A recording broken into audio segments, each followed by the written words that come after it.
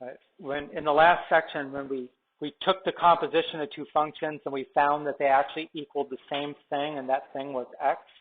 But most of the time we're not given them. We actually have to find the inverse.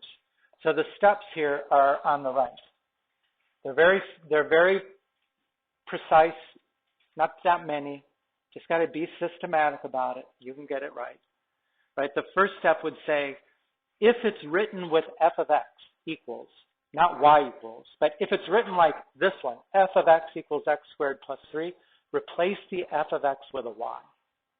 Okay?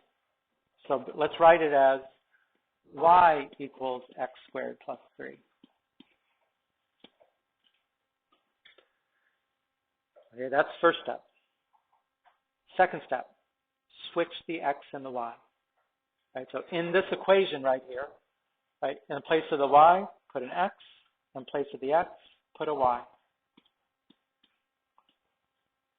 Kind of like when we switched all the x and the y values, right? We switched the x and the y in the equation.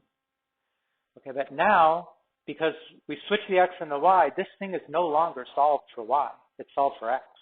We need to solve it for y. That's the next step. So how do I solve this equation for y?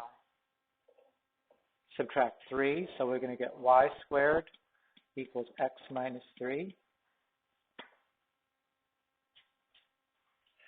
Now, how do I turn a y squared into a y? Take the square root of both sides, right? So the square root of y squared, the square root of x minus 3, that's going to give us y equals, okay, the square root of x minus 3. Okay, but here's the thing. When you take the square root, you have to include plus or minus. So we need to say this is plus or minus the square root of 3.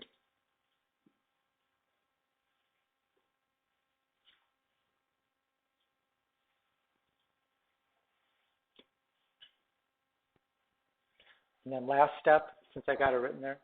So at the last step, since we're done, we could replace the y now with f to the minus 1 of x. So this is the inverse.